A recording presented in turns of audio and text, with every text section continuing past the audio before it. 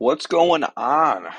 You guys made it to biochemistry 2, and personally, I think this stuff is a lot more interesting. And Emma, this video is going out to you, but I'm gonna send it hopefully to the hooligans across the road and everyone just to make sure you guys are prepared because I know you guys are gonna be cut for time this try. I'm gonna be cut for time this try, so I just want to make sure you guys are doing the best you can, and I at least can help you guys out with some of the missing links you guys might get in between tutoring sessions.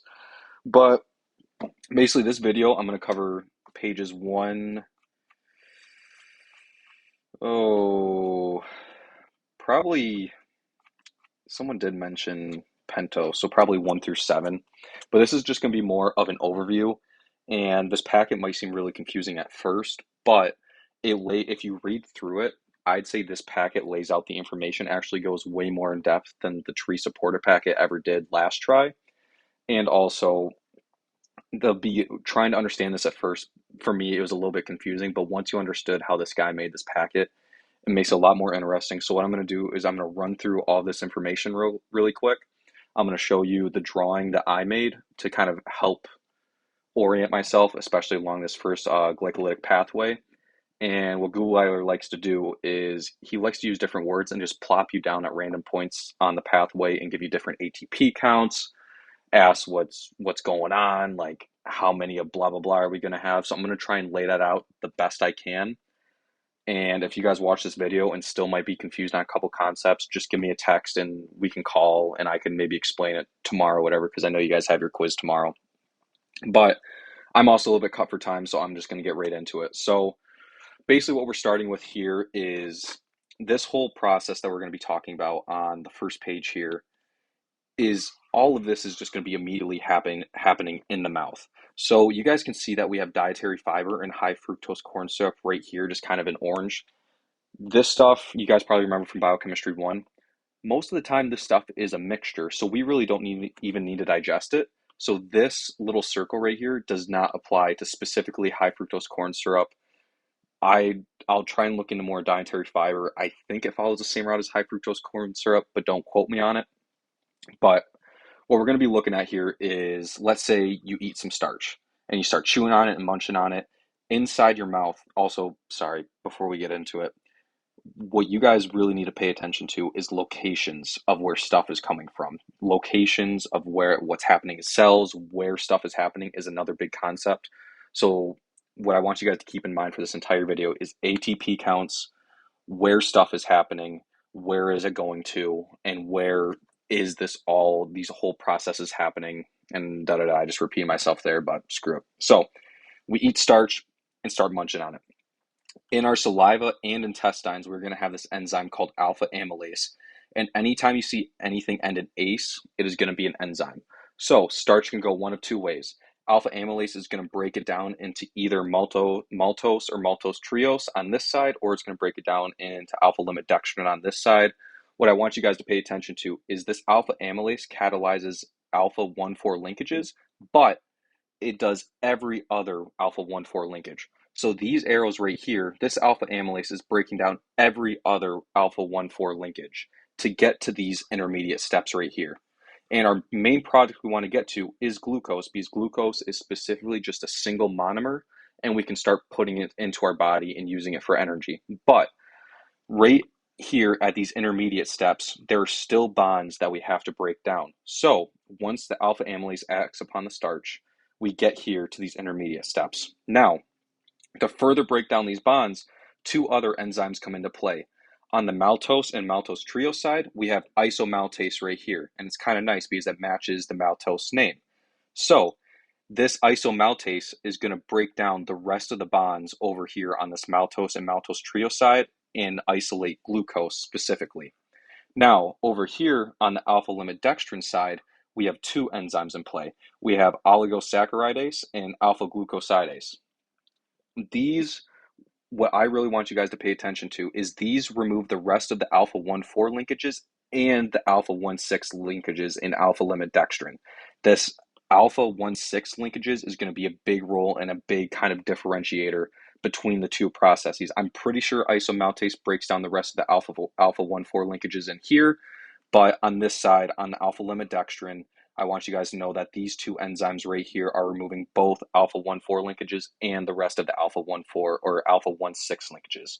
So after starch is broken down from alpha amylase, gets to our two intermediates, and then is further broken down through the next set of enzymes, we are left with glucose. And right now, we are kind of in our intestinal lumen. We go from mouth up here, go through the processes, and now we end up in the intestinal lumen. And if you guys take some time, just read through this little box right here. There's always these weird little tidbits of information hidden. Make sure just to give them a quick read. They help go a little bit more in depth. So from here, we are going to track over into this little box right here. When we pop over here, what I want you guys to notice is here we have glucose again, and we are in the intestinal lumen. So what glucose is going to do is glucose is going to go through this channel protein right here known as SGL1 and sometimes SGL2, but what I want you guys to really focus on is just SGLT1. And what I want you guys to notice is it goes from the lumen right here, goes through this channel protein, and now we are in an enterocyte or mucosal cell. Gutweiler, blah, blah, blah. The G-man will use either name, so just look out for that and make sure you know both names. Glucose also inside this enterocyte has a higher concentration compared to the lumen, so it needs to be paired with sodium to kind of breach that concentration gradient to get glucose into the cell. And what I want you guys to see right here is after glucose gets into this enterocyte and sodium enters as well, sodium is going to flush out through this little channel protein up here and kind of have a catalyzed reaction with potassium, and ATP is kind of needed right here to get the sodium back out of the cell. That's more of a minor detail, not a huge focus, but after you get everything else, come back and look at that and make sure you kind of have a good understanding. So once glucose enters the mucosal cell, our body's like, okay, we need to start breaking down glucose. We need to do the process of catabolism by breaking it down. How are we going to get it from our mucosal cell into our blood and to these further processes? Well, this glucose in the enterocyte right here is going to pass through this next channel protein called GLUT2, I believe. Yes, glucose is going to go through this channel protein called GLUT2 and is going to enter our hepatic portal vein.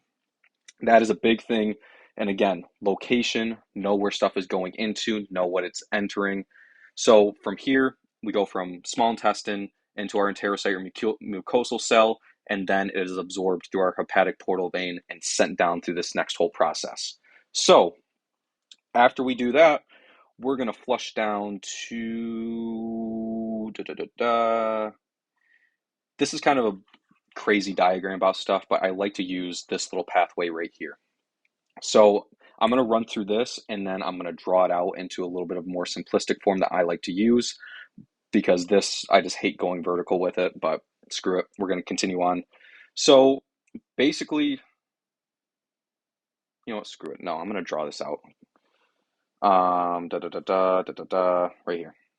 So right here is just a little drawing, a very simplified version of what we just did. This is just a very simple flow chart going through minor details, and it just kind of gives you the general flow. So now what we want to do is after glucose exits the hepatic portal vein right here, we're going to go into this phase called the glycolytic cycle or the glycolytic pathway. And what I want you guys to notice is what I'm about to draw right here is what is known as the first stage, and it's the investment stage. We are investing energy to break down glucose, and then we're eventually going to get that energy back. But I just want you guys to know this first stage is the investing stage. So glucose, what it's going to do is it's going to exit the hepatic portal vein, and I'm going to draw what it turns into, and then I'm going to talk about some of the enzymes that come along with it. So glucose is going to exit the hepatic portal vein. It is going to get turned into G6P. You can look at the full names in a little bit, but I'm just going to abbreviate for now. We're going to turn it into G6P. Then it is going to be acted on by an enzyme, turn into F6P. Going to get acted on by another important enzyme that I'll talk about in a second called it's going to turn into F16P. And then from here, I'm just going to carry it down to right here for a second. We're going to go from F16P and we are going to be split into two different molecules. We are going to go into this molecule called DHAP, which we do not really need to know about that right now, but just keep that name in the back of your head. And then we are also going to turn into this molecule called G3P. So this is the first stage, and it's kind of sucks I don't have a huge whiteboard since I'm doing this on the iPad right now, so I apologize with doing these arrows and bring it all the way across. But this is the investing stage. And what that basically stands for is we are going to be spending ATP to add phosphates to these different enzymes right here. Because you see how we go from glucose right here, and then look, G6P. We have a P right there. That is a phosphate group. And then you travel down a little bit more, and you see F16P. Okay, we have F16P right there, which means we have another phosphate on, or sorry, I messed up right here for a second. That's not just a P, that is a BP. And that stands for biphosphate or two phosphates. And we can see that by F16 biphosphate, which means we have two phosphates on there now. And then I'll change it down here as well, biphosphate. And then the biphosphate group will split into two, but we'll get to that in a second. So basically, what I want you guys to know is from glucose going to G6P, there's this enzyme called hexokinase. And what I want you guys to know is anytime you see the word kinase in an enzyme, it involves ATP somehow. So what's going to happen is we are going to use ATP to give a phosphate group to glucose, and that's how we get that P right there. So we have ATP that's going to come down, combine with glucose, drop off a phosphate, and become G6P, and we are going to in turn also produce an ADP since we gave away a phosphate and it kind of lost some energy. What I want you guys to know right here is currently at this stage right here, at this first step, we are -1 ATP. Now, I'm not going to get into details about this enzyme right here. You guys are just going to memorize that on your first, whenever you guys do it. The next big enzyme that we got to know right here is there's this enzyme called phosphofructokinase. And basically what this is you see we have kinase again. So we know that another ATP right here is going to come down, drop off another phosphate, turn into ADP. And again, we are going to be down another ATP. So in this investing stage, we are already -2 ATP. And please keep track of these ATP counts because there will be some ATP calculations that you guys might have to do. And it's really good to know what stage you're at and what your ATP count is in the stages. So, oh crap, I'm kind of cut for time. I'm going to have to speed this up a little bit, so I apologize. So we have hexokinase and phosphofructokinase. What I really want you guys to know is phosphofructose kinase right here is an allosteric enzyme. And what you guys should remember back from Biochemistry 1 is an allosteric enzyme is an enzyme that's kind of inhibited by its product that it produces. So we are breaking down glucose to provide ATP for our body. Now, let's say you eat a large meal and you start breaking down all this glucose and you start producing more ATP than what you need. What ATP will do is it will come back and inhibit this enzyme. It will shut this enzyme off. And basically what will happen is you guys will learn about this later, but glucose will come to here, stop, realize that this enzyme is inhibited, so it won't allow any more glucose to be broken down and won't allow any more ATP to be created. Again, this is a very superficial run through really quick, and I am going to be skipping some enzymes here. I just wanted you guys to know the major enzymes that we need to know for just the general concept, and please go back and memorize the other enzymes in this process. So right now, glucose has gone through, turned into G6P, gained a phosphate, we're -1 ATP, continued going down, eventually turned into F16 biphosphate. And again, now we have two phosphates, so we know we add another phosphate, used another ATP, and now we're -2. And basically what's going to happen is the F16 biphosphate is going to split into either DHAP or G3P, depending on the needs of our body. What we're going to focus on for right now is the need for ATP in our body. So we are going to be entering the second stage, which is basically where we are going to start producing some ATP. And the biggest thing I want you guys to know is in the second stage, everything happens twice. So if, oh crap, everything is going to happen twice.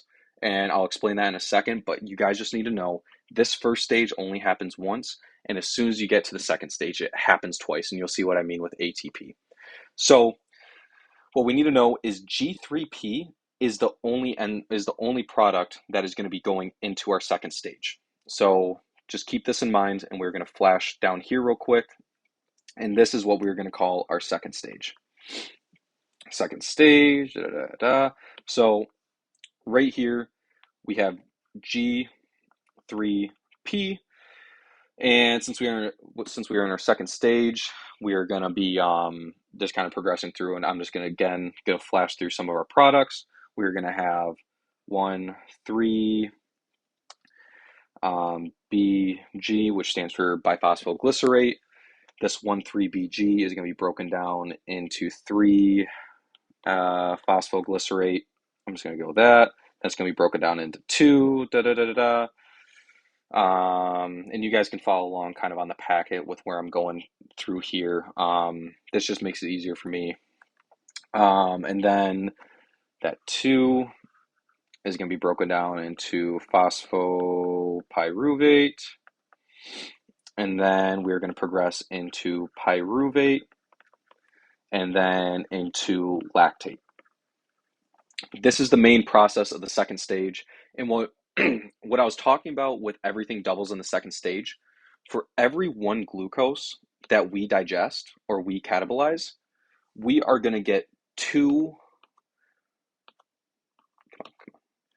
lactates per glucose. And this concept can be tricky. So I don't know. If we need to meet up tomorrow and talk about it, we can.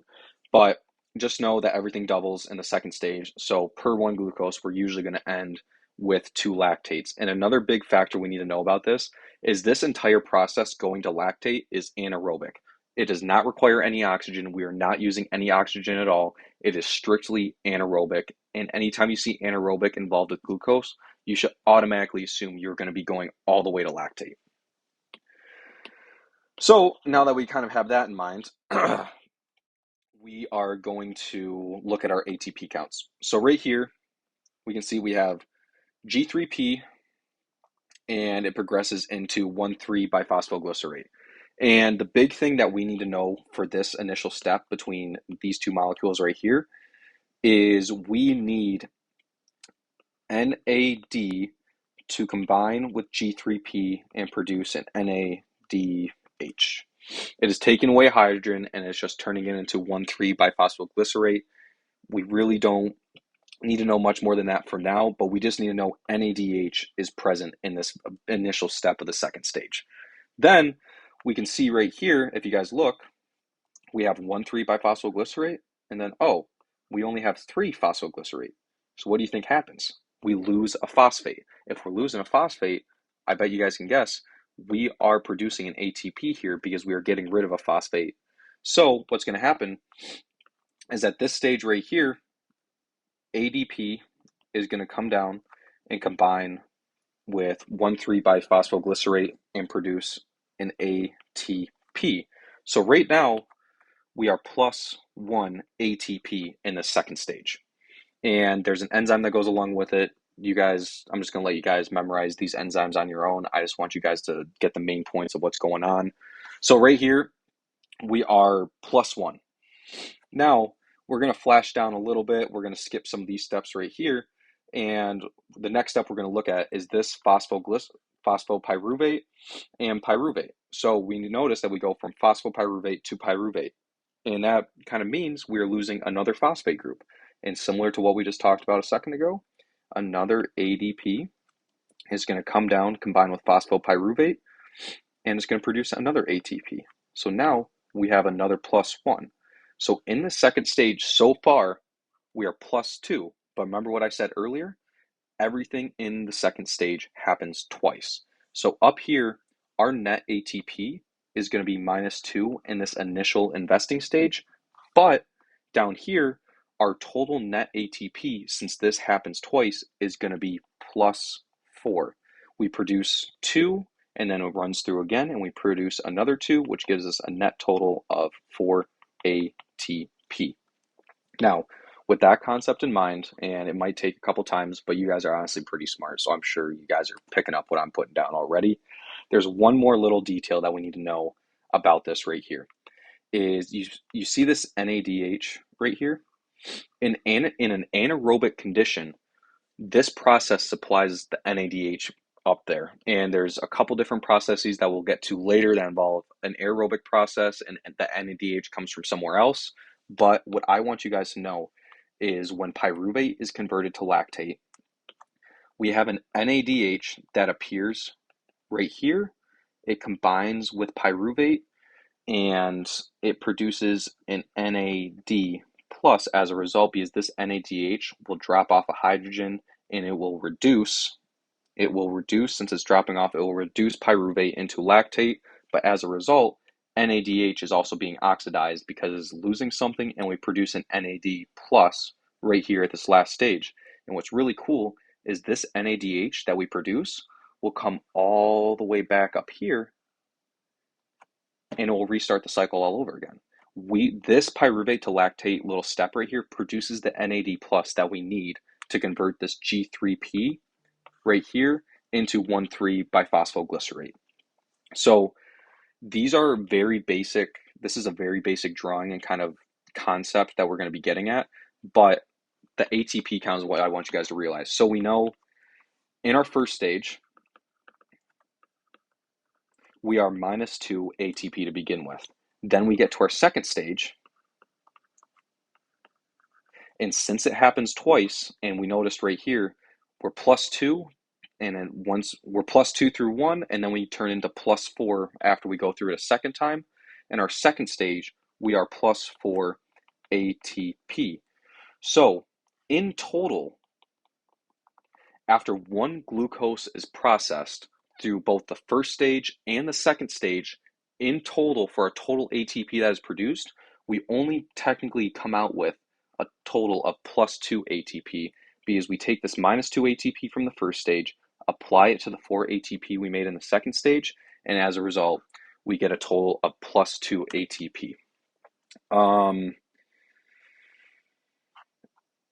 And then what I want you guys to pay attention to is, I can't really go too crazy with it, but actually I'll show you the concept what I mean in a second. I'll go back to the packet and we'll talk about a couple other things, and I'll jump back and forth for a quick second to explain it all.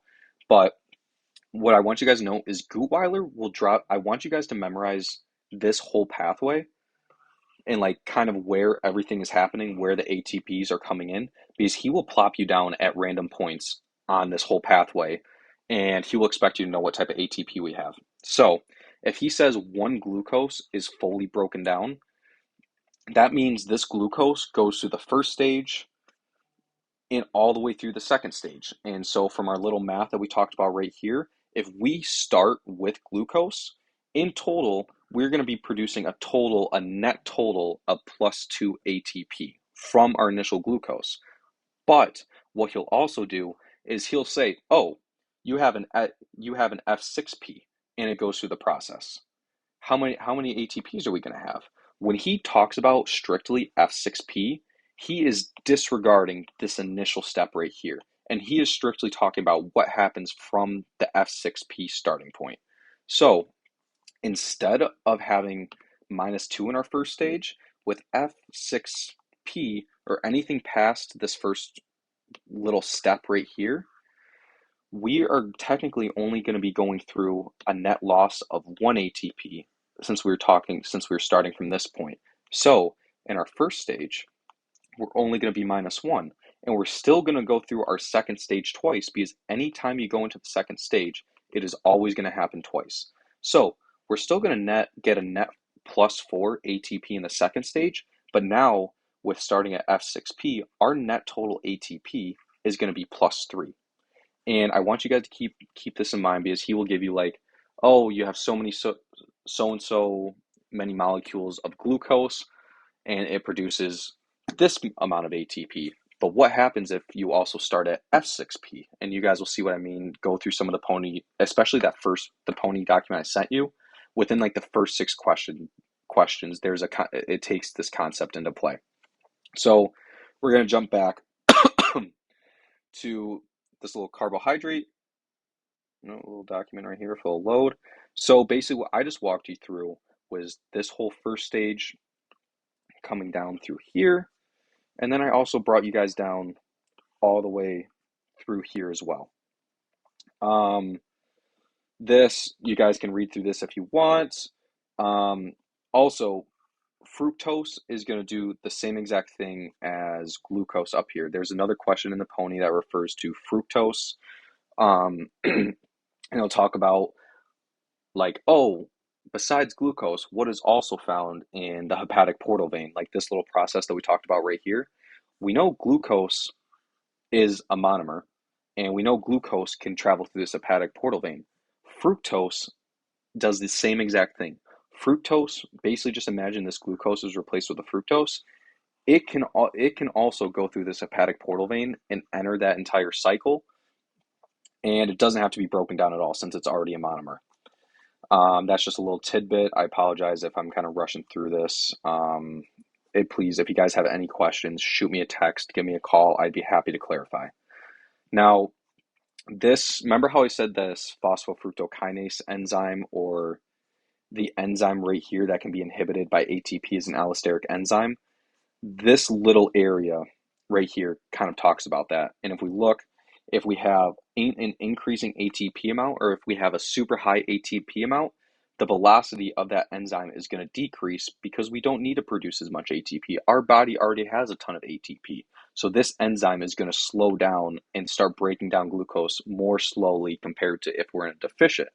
So our little graph here is going to shift to the right, representing that this enzyme right here is slowing down and we don't need to break down glucose as quickly. Now, if we need ATP and we don't have a ton, it's going to shift to the left, and our velocity of this enzyme is going to increase because we need to start producing a lot more ATP. So we're going to start breaking down glucose a lot more quickly. Yep. Read through this if you guys want to. Actually, just read through this. I haven't looked over it too much and really don't need to. I really can't go into it at this moment, so just read through it. And if you have any questions, talk to me. So, right here, this biphosphoglycerate alternative is basically a separate highway in the second stage. And this only occurs when we are at high altitudes, because basically what needs to happen is our body needs to prioritize where oxygen and where blood is going. And if we're at a higher altitude, we need to be really efficient. Since there's not a lot of oxygen present, we need to be very efficient at where blood is going, where the oxygen is going, and we really want oxygen to go to the tissues. So how this process works is, on top of you guys associating it with high altitude, it kind of competes with oxygen and blood on the binding sites, I'm pretty sure. It kind of talks about it right in here, so give that a good read. But basically what happens if I go back to my little pathway that I drew out just a second ago, we have G3P right here, and we have 1,3-biphosphoglycerate right here, and then we have 3-phosphoglycerate right here. Basically what's going to happen is, if we're at a high altitude, instead of this G3P being converted into 1,3-biphosphoglycerate, it is going to go right here, come up, turn into 2,3-biphosphoglycerate, correct me if I'm wrong there, and then it is going to come down and turn back into 3-phosphoglycerate right here. And we still need to lose a phosphate. So as it goes from 2,3-biphosphoglycerate into 3-phosphoglycerate, we're going to be losing a phosphate group right here, and then it's just going to continue on like normal. I know someone asked me a question yesterday about ATP counts. Right now, according to this document, it really doesn't show it producing an ATP. But please go look at the ponies. go look at the ponies, go find the questions that reference this little mechanism right here and see if it references ATP, and that will kind of help you. Ponies are so important this try because he can only take so many angles on questions. So you'll notice patterns with questions about specific concepts, and it kind of tells you how much you actually need to know about some of these concepts. So kind of flashing past here, I think, sorry, he talked about the pentose phosphate pathway. This pathway has 3 different names, and he will use all 3 different names to try and confuse you guys. So you guys need to know that the pentose phosphate pathway is also referred to as the shunt and the phosphogluconate pathway. All 3 names are fair play, and he will reference all 3 names to try and throw you guys off. So what you guys need to know about this pathway is that it requires 3-glucose 6P to function. And if you guys remember, glucose 6P was present all the way at the beginning in this initial stage, from glucose going to glucose 6P or G6P. So we need 3 of these to initiate that pathway that we're going to go back to. So we need 3 molecules of glucose to produce 3 molecules of G6P to initiate this pentose phosphate pathway, shunt pathway, and phosphogluconate pathway. And also, what I want you guys to know is this pathway does not produce or consume ATP.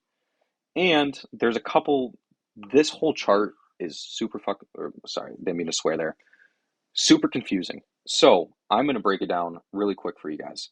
What we need to know is this pathway produces NADPH right here, and actually, I'm pretty sure.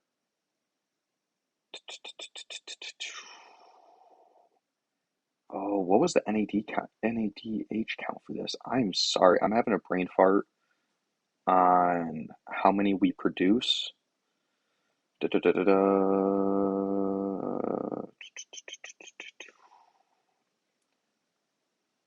I apologize. I am going to try and go look at how many NADPH are actually produced. But what we do need to know is 3 ribose 5P are produced. And basically, the bare bones about this concept is we start off with G6P. It goes through all of this little crazy stuff right here. We really don't need to know these individual steps right here. What we need to know is 3 G6P will produce 3 ribulose 5P. And this ribulose 5P is kind of like an intermediate step because we have more stuff that'll be produced that goes to the glycolytic pathway later on, but we really don't need to know that just yet. What we need to know is ribulose 5P will come down here, go through a couple conversions. It'll just start getting tossed around and it will produce these end products, and I'll show you guys how these end products come back into the glycolytic pathway.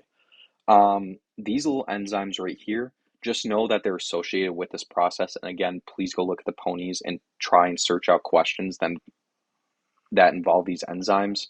Without looking at the ponies, I can't tell you how important they are just yet, but just know that they're kind of involved with this pathway. So we're going to flash back over to my little drawing now. And so, as I said, this shunt pathway needs 3 oh man, my G's and 6's look very similar, so I apologize, but we need 3 G6Ps to initiate this process. So we start here with glucose, we go to G6P, and then we go to F6P, go to F16P, and then we end up right here, and we're at the beginning of our second stage with G3P and DHAP. I just want to draw this roadmap because honestly, if you guys think about this like a big highway, it makes it so much easier because I basically picture this as I'm driving in my car, and depending on what the body needs, I take different exits off. A lot of these pathways branch off of this main glycolytic pathway roadmap. So if you can picture it like a highway and taking different exits depending on what you need, it makes this so much easier. I promise you. And if I could recommend one thing, memorize this whole pathway right here and where the different stuff is in the different stages. So talking about the shunt pathway, what I really want you guys to know, and you guys can go more in depth later, we need 3 G6P to get this started. And so basically what's going to happen is that G6P is going to go through all those conversions that I just kind of skimmed over, and our intermediate products are going to be, let me pull it up down here on my computer. Our intermediate products are going to be ribulose 5P, and again, we are going to have 3 of them right here because we needed 3 G6Ps to get us started, and we are also going to be producing NADPHs. Do not confuse it with the NADHs up in this process. NADPHs are produced by the pentose pathway. Lock that into your mind. So from here, ribulose 5P is again going to go through all of these different conversions with the transketolase and the transaldolase. Memorize those on your own time. But what I want you guys to know is how this pathway gets back to the glycolytic pathway. What's going to happen is these 3 ribulose 5Ps are going to go through all those conversions, and we are going to produce, let me make sure I get my numbers right. We are going to produce two fructose 6Ps. I've never done that before. That's weird. We are going to produce 2 F6Ps, and we are also going to produce 1 G3P.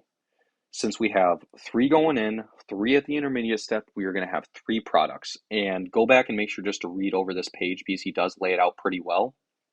But what I want you guys to know is kind of the main end products of this pathway are 2 F6Ps and 1 G3P. Let me read through and see if I'm missing any other major information. Okay. Remember how I said that you guys need to really pay attention to where this stuff is happening? This pentose shunt phosphogluconate pathway is only happening in erythrocytes, aka blood cells, and hepatocytes. It does not happen in muscle cells at all. So if you see a muscle cell in the question at all, cross out this whole pathway out of your mind. You know not to use it because it is not involved with muscle cells at all.